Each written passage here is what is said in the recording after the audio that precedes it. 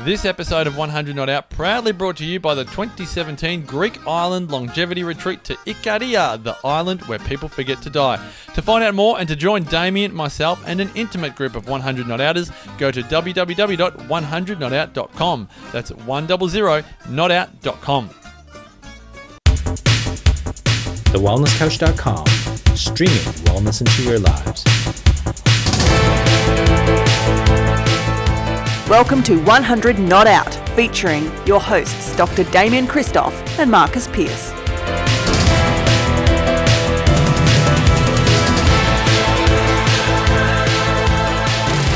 Hello and welcome to 100 Not Out, a weekly show dedicated to helping you master the art of aging well. My name is Marcus Pearce, and here I am with the legendary co-founder of The Wellness Couch and The Wellness Guys, Dr. Damien Christoph. Hello, mate. Hello, Marcus. You are I was going to say the master of mindfulness, but I'm definitely not. If I did that, what would I call our very special guest today? Let me read to you from the top.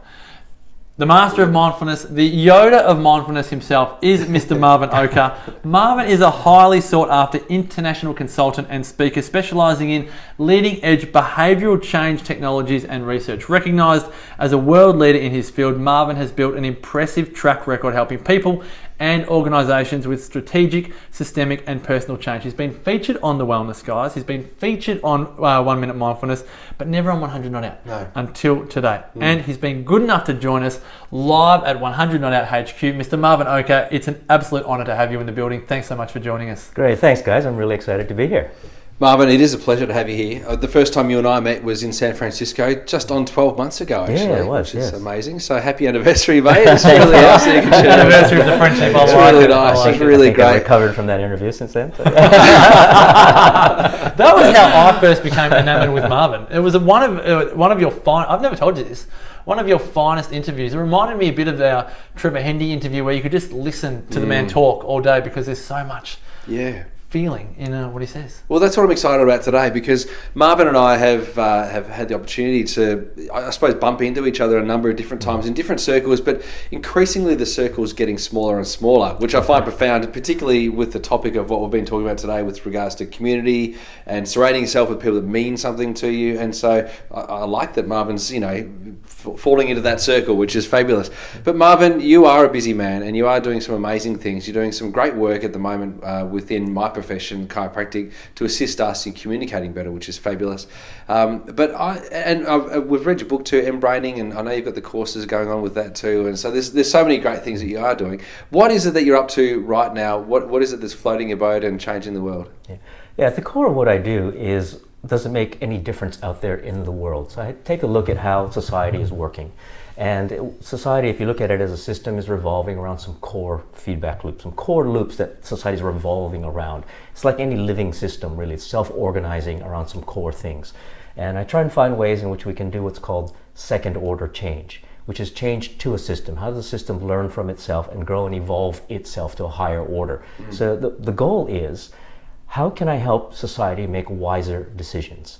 If you look out in the world, it's a beautiful world. There's a lot of lovely things about the world, obviously. And yet at the same time, we see also a lot of dysfunctionality. We see a lot of strange policies coming out of government that people don't agree with.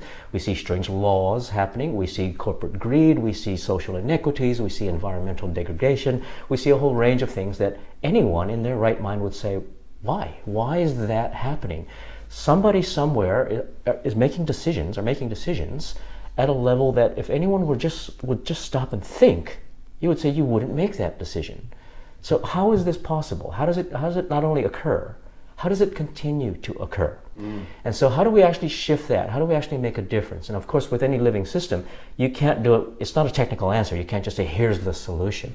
It's about humans learning how to grow together, how to evolve together, how to raise our consciousness together. So I do projects that are about that, and I look for industries where there's going to be leverage. Hence why I like to do things particularly in the wellness industry, where you've got people already attuned to that kind of a trajectory and thinking. Chiropractors are absolutely lovely. They have already a way of thinking that says, how do we actually do things very differently around here? So I go where there is free energy, where the energy is there, where people can start to make a difference, and I create projects accordingly. So whether it's with health, whether it's leadership teams, executive teams that are looking to do some good social enterprise work, social entrepreneurship where they can make a difference out there in society. I take a look at anything from lots of martial artists in particular as well. Well, you've got the fighting end of martial arts, but there's also the end that looks at what's called Budo philosophy. So how do you actually work with martial arts to improve oneself and one's character? And so there's so many aspects in society where there actually is potential for a lot of leverage. And that's what keeps me interested. If it can make a difference, then I get interested. Well, I love the simplicity and the complexity of what Marvin's doing. There's some of it sounds like high end. Was it a second order change? Second order change. It's like, whoa, that's okay. I love but that. Then exactly right. It's like order 2.0. Exactly. Second order change, and then at the base, his heart is all about, I just want to make a difference. And everyone that's listening or watching 100 Not Out wants to make a difference in their own life or in the life of their family or their community and so on. And so one thing that I suppose when I listened to your interview with Marvin on the Wellness Guys, I was very attracted to it for the way that you, I suppose, communicated this buzzword that we talk about today, and that is mindfulness. And people are looking to make a difference in their lives by becoming more mindful. Would you be kind enough to share with us your experiences in this trend, and I don't want to call it a trend because ideally it's a way of life and not something that comes and then disappears, but for want of a better term, would you be kind enough to share with us your experiences in this trend and what you're observing in human nature around mindfulness? Yeah, mindfulness is a topic really near and dear to me because it has a lot to do with a generative consciousness, what I would call a generative consciousness, if done well. So to understand it a bit more, it helps to understand a bit of its history. So obviously it comes from a lot of Buddhist practices, as we hear that particular term. And my understanding is, well, there's, who knows who wrote the narrative or who wrote the history books, but you could say that one of the people that made it very popular in a commercial sense was Jon Kabat-Zinn. And he started to talk a lot about how to actually work with mindfulness in practical ways targeted for Westerners. Since then, I think he did a good job, but since then, the hardcore meditation practitioners would say that where mindfulness has gone in terms of its commercialism is down the wrong path. It's turned into a simple set of techniques, or it seems like it's a fix-it type of an approach. Whereas in many ways, mindfulness is first and foremost, while it is comprised of a set of techniques, it is a competence. It's an ability you have to develop. And if you inculcate that ability into your way of being, it becomes a quality that you can have. And so mindfulness can be first, it has to start as a practice. You have to do things. But then you have to then make it not just a habit, but you have to make it as part of your natural mode of consciousness. Now, when you look at mindfulness, you hear different types of descriptions of how people describe various techniques. And from what I can see, they usually approach it from two different angles. Sometimes they'll go together, but often they'll be missing a third. But the third was the point, really. So the first is you'll hear a lot of mindfulness techniques around simply being present. To be mindful, to be present to your experience, and to be present in your experience. So to be mindful of, be here now, what are you experiencing? Can you feel your body? Focus on your breath. Basic techniques like that get you very present. But then there's other mindfulness techniques that once you are present, you can then become conscious, you can become aware of that experience, to in some ways, experience your experience, which is a different order of consciousness, to become aware of what's going on. Now, the challenge is that while those two are incredibly helpful, being present can balance your autonomic nervous system, it can get you back out of stress or out of lethargy and back into a nice autonomic coherence zone. And being aware of it gets the foundation for your own personal evolution, but it doesn't guarantee it. I've heard people actually say things like, awareness alone will be curative. I've not necessarily found that to be the case. We joked about that last night, didn't we? We were saying exactly that. My wife at the moment is doing a meditation program. And we said, it's great because if you stay quiet for an hour, it's going to improve your whole life. Your whole life's going to improve. And so there is this thought around it that if you can just meditate for an hour, all of a sudden everything's going to improve. But you're right. It's can't remember the word. What was the word used before? It's competency. A competency to be able to maintain mindfulness. It's not something you just do in spits and spurts. It's like you're conscious. Yes, that's right. And so just to be aware of something, for instance, I could be aware that someone's upsetting me, and I can be aware of the thoughts that's causing my upset. Mm-hmm. So what? Exactly. You hit the nail. Wonderful. It's sort of I'm screwed, and now I know I'm screwed. It's like, well, what good is that? So there's a third aspect, which is now a function of emergence, and this is where consciousness now has to come into play, and you now have to reach a choice consciousness, to become aware of how you're experiencing the world, and then now to be at a place where you can choose. Do I want to keep experiencing myself this way, or experiencing whatever I'm experiencing this way? And these are my thoughts. Do I want to keep choosing these thoughts or not? And that's a whole different order of consciousness. So consciousness has, someone asked me this the other day, and they said, what's your definition of consciousness? And I said, well, it's like saying, what's your definition of wellness or communication? Anybody's got their definition, and you've got varying ones. So I said, without trying to lock it into a set of words, one of the things we do know is when you talk about consciousness, it's not a thing. You have levels of it. So you have levels of awareness. But the fact that there are levels means it's recursive. I can be aware of something, then I can be aware that I'm aware of that. Yeah. Then I can be aware that I'm aware of being aware of that. Yeah. I've got succeeding orders. Sure. And there comes a point where if you actually also bring, for lack of better terms right now, because there aren't exact words for this these days, but if you brought in human spirit or human essence into that equation as well, into the consciousness, intention arises. And so now it becomes, okay, I'm experiencing this in the world, I'm upset, or I'm angry, or I'm resentful of something, or whatever it might be. Is this really what I want? Is this really who I am? Is this really the best expression of an authentic sense of who I am? And I need to connect to that first. From there, I can now start to take that awareness and do something with it. I can now start to emerge myself into the next way of being I need to become to be more authentic and more congruent. And that's a different order of mindfulness altogether. And that's the goal. Marvin's just launched the next trend. Oh, he's not far off it. My heart rate's just about halved. I know, right? Since he started talking. Not that I'm about to fall asleep. I'm actually It's so calm. It's so calm. I was feeling the same thing. But Marvin's just said that, we've got mindfulness, which is a practice, which many people are trying to involve themselves in. But he's saying, that it's really, it's something that you need to be. It's a competency that you need to have, like, walking or talking or breathing. It's a competency. It's a quality. It's a trait. That's right. Yeah. But the next thing is intentional. Like we might find, Marvin, this could be the next book. It could be the eye-braining. You know what I mean? So it might be all about intention. Obviously, you can be aware, which you're saying, multiple levels of awareness.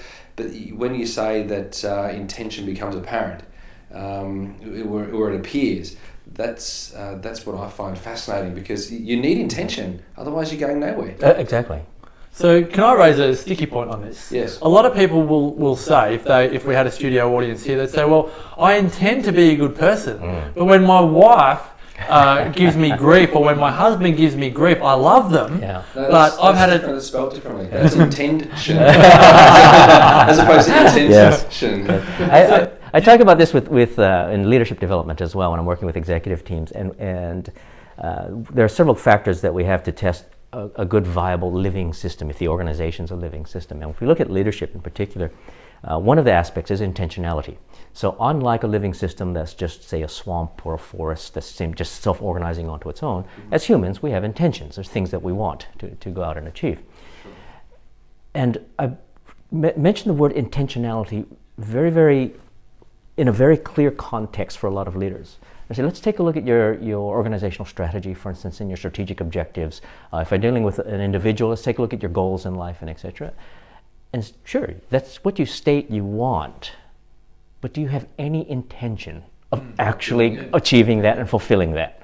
It's a completely different thing. So you're testing them. You're testing the words. It's like you say the right thing, but show me you love me. Yeah, I know you want to. I know you aspire to even, but do you actually have any real intent Are you actually going to apply yourself? Is there willpower behind this? Is there energy behind this? Nice. Right? Not just smoking mirrors. Yeah, exactly. But this is where mindfulness is not some la la la peace and bliss type of thing. It actually takes work. It actually tests whether you're lying through your teeth that you're mindful, because it's a nice thing to do. This is where it starts to get like, well, the rubber's about to hit the road.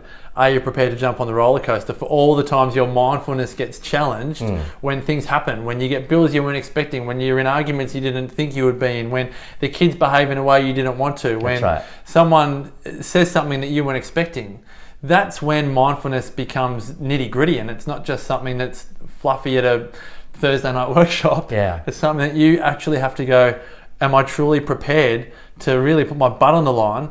And as Vicky Kelly would say, am I prepared to kill him with kindness, right? Rather than retreat or still like fight or flight, actually fight. You know, it's about finding that peaceful place inside, no matter how hard it is. Yeah. You know, there's a couple of things I'll highlight on top of that as well. As you said, find that peaceful place inside, because it's from that peaceful place where more authenticity can actually emerge. So there's a difference between an intention that is goal-driven versus an intention that is an expression of essence. They're very different forms of intention. And so the way I like to point this out is in my work in generative learning. Let me just kind of go down one path first, and then I'll come back. Yeah.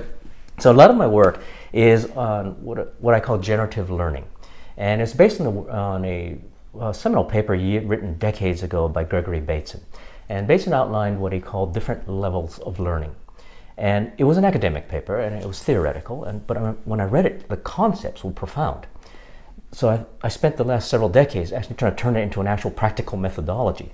And so to kind of shortcut what he said, basically he said it's not like a learning style or a learning strategy, but there's different levels of learning. So he talked about zero learning. So zero learning is straight stimulus response conditioning, rote memory. So we can train a rat to ring a bell, get some food, and we can say the rat has learned to ring the bell, but not really. They've just been conditioned.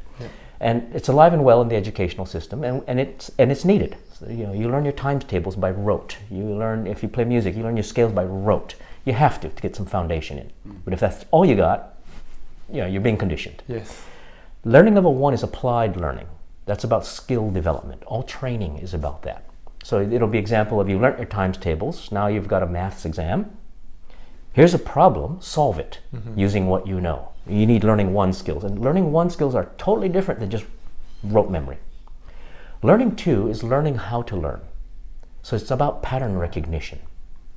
So this is now how we learn how to learn, and therefore we can learn math, we can learn English, we can learn history, we can learn whatever we want, right? Because we have the skills of how to learn. Is this that some people learn differently? Some people learn, like the best way to learn a language is to actually speak the language, but we also need to read the book and then listen to it on audio and actually engage in conversation. That's right. That's right. So if you learn patterns like we need multisensory input, we can chunk, we can use colors to activate different hemispheres, we can do a range of things, then those are all learning how to learn principles. But learning 3 is a completely different game. Learning 3 is completely reorganizational. It's completely transformational. It's evolutionary.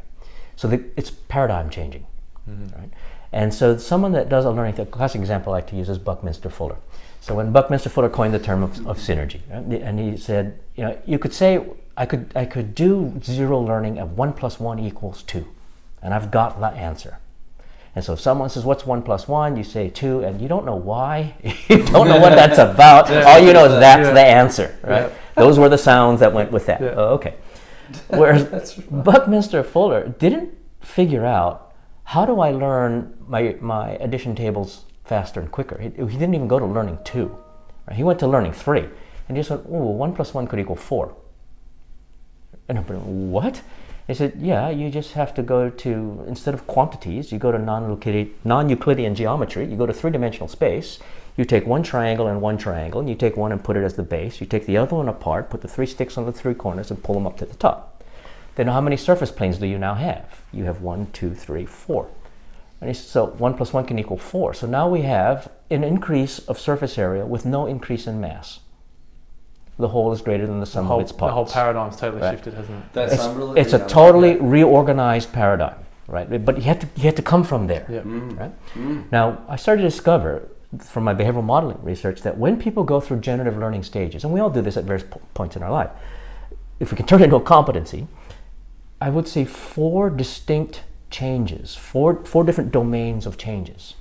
One is we would see a change in ontology. Our way of being would change. Who we are and our sense of self starts to change, to emerge differently. Our epistemology changes, which is the way we know the world, how we make sense, how we construct our realities change. Our teleology, what we think, where we're going, our purpose, our intentions, our end results start to change. They become more congruent with who we are and how we know the world. And our phenomenology, how we experience the world, is different. What occurs to us in our world changes. And we know good generative learning is happening when we see totally different quality descriptions coming out in those 4 different areas. So when we talk about intention, I'll bring it back. When we talk about intention, I can be mindful in the sense of, I want to work on my anger with my kids and not get angry. Mm-hmm. Okay, that's good. Start there. Now what? Right? Yeah. But when you do mindfulness in a very generative way, when you really reflect on how you're orienting your world, and is this the most congruent form of expression of who you are? 2 things. One, if you're trying to do it from a stressed state, good luck. You're locked into a whole set of neurological patterning that keeps you in your problem state. If you can go back to, as you said earlier, come back from this place of peace, which I'm going to equate to autonomic coherence. Right? When your sympathetic and parasympathetic are now in balance, and you've now got a nice coherent state, your heart rate variability is now nicely coherent, what happens is an emergence now starts to occur. And you start to find that a more authentic way of being starts to emerge. A better ontology, epistemology, teleology, phenomena all start to emerge that you could not predict before. When I do leadership coaching sessions with people in this way, often when they start the coaching session, this is what I want to achieve this, which is generally going to be some form of, I'm having this problem, and my goal is to not have that. Yeah. But it seems such a limited primary school way of thinking. I know that this is advanced leadership training, but life is problems. Yeah. Life is problems from the consciousness you're at. That's how you experience life. You experience life as all those problems because you're at that consciousness. Yeah, right. But if you could emerge to a higher order of consciousness, some of those problems would A, not be problems, B, would actually be blessings. We'll end part 1 of this engrossing interview with Marvin Oka right there and pick up where we left off next week on 100 Not Out. Don't forget the 100 Not Out Lifestyle 2-day event with Damien and myself is coming up on November 12 and 13 in Melbourne. Regular tickets are $997. 100 Not Out listeners can come along at just $297 for a limited time. All the details at 100notout.com. Look forward to seeing you there. That's it from 100 Not Out. Until next week, as always, continue to make the rest of your life the best of your life. This has been a production of TheWellnessCouch.com. Check us out on Facebook and join in the conversation on Facebook.com/TheWellnessCouch. Subscribe to each show on iTunes and check us out on Twitter. The Wellness Couch, streaming wellness into your lives. Whilst the Wellness Couch presenter endeavor to provide accurate and helpful information to their listeners, these podcasts cannot take into account individual circumstances and are not intended to be a substitute for health and medical advice from a qualified health professional. You should always seek the advice of a qualified health professional before acting on any of the information provided by any of the Wellness Couch podcasts.